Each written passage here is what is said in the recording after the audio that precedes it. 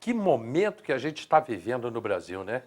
Momento péssimo, uma confusão danada, ninguém se entende. Aliás, a expectativa para o próximo final de semana, para mim, não é boa. A minha expectativa é a pior possível. Hoje a gente vai bater um papo com o Alexandre Paim. Ele é político, né? Aliás, você é presidente do PSDB, não é? Presidente.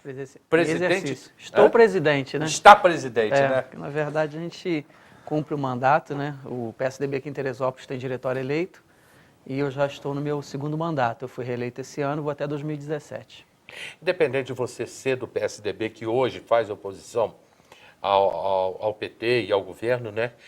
Como é que você vê esse momento político?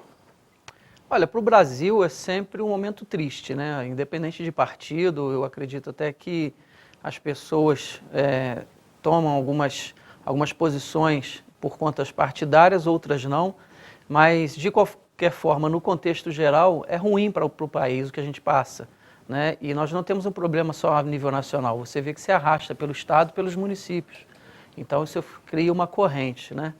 Mas é um embate legítimo, né, de forças antagônicas políticas, onde há alguns interesses partidários por trás disso, a gente não tem dúvida, mas também é uma briga de poder muito grande. E existe, Hélio, eu entendo assim que o PT insiste também em dizer que é golpe, mas eu vejo também por um outro lado, a lei deve ser cumprida. E se a gente começar a abrir limites, abrir brechas para que as pessoas façam aquilo diferentemente do que a lei determina, então a gente também não vai ter rumo. Então eu entendo assim, o Brasil hoje sofre um processo político grave de descrédito com a classe política, né? Nós temos assistido aí dezenas e centenas de denúncias de corrupções envolvendo diversos partidos.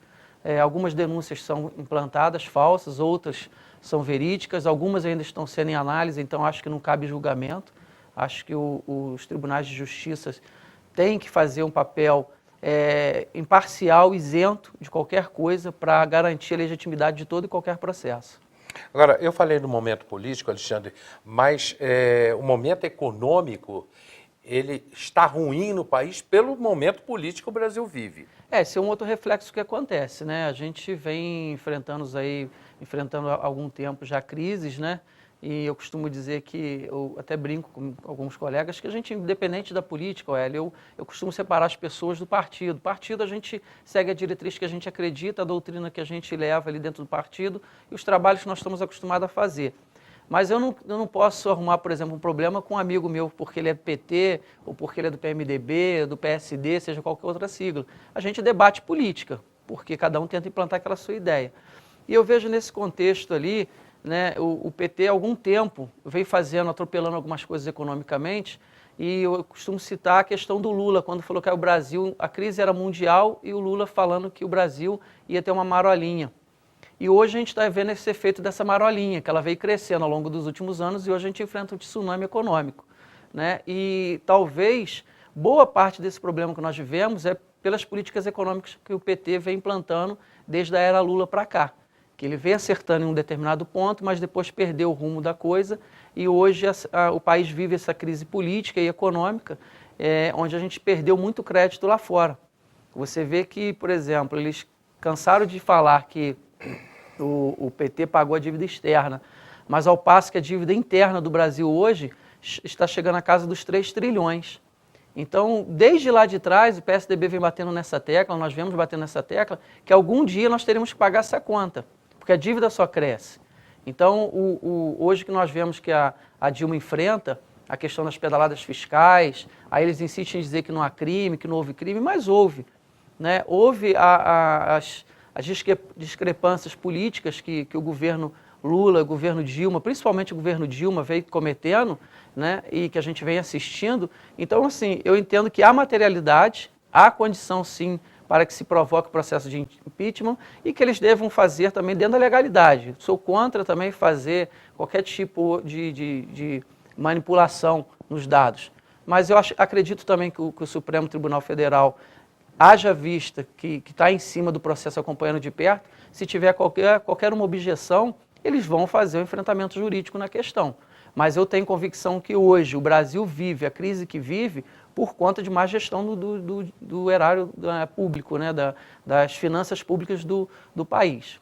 Mas você lá atrás, no início desse teu depoimento de agora, você falou que o PT acertou. O PT acertou aonde? No início, assim, vendo na condição que o PSDB, logo depois da saída do governo FHC, né, a gente lembrando lá atrás na história, o país pegou momentos, talvez a maioria dos jovens hoje não assistiu, não presenciou isso, onde nós tivemos inflação de 80%. Isso veio todo um procedimento onde o país veio se acertando economicamente. Nos 4 primeiros anos do governo Lula, né, ele veio mantendo a política econômica que o Brasil tinha, sobre fazer algumas coisas, transformou os programas sociais que o PSDB tinha no Bolsa Família, aumentou o plano. Então, todo esse caminho que ele estava sendo seguido, até um certo ponto estava dando certo.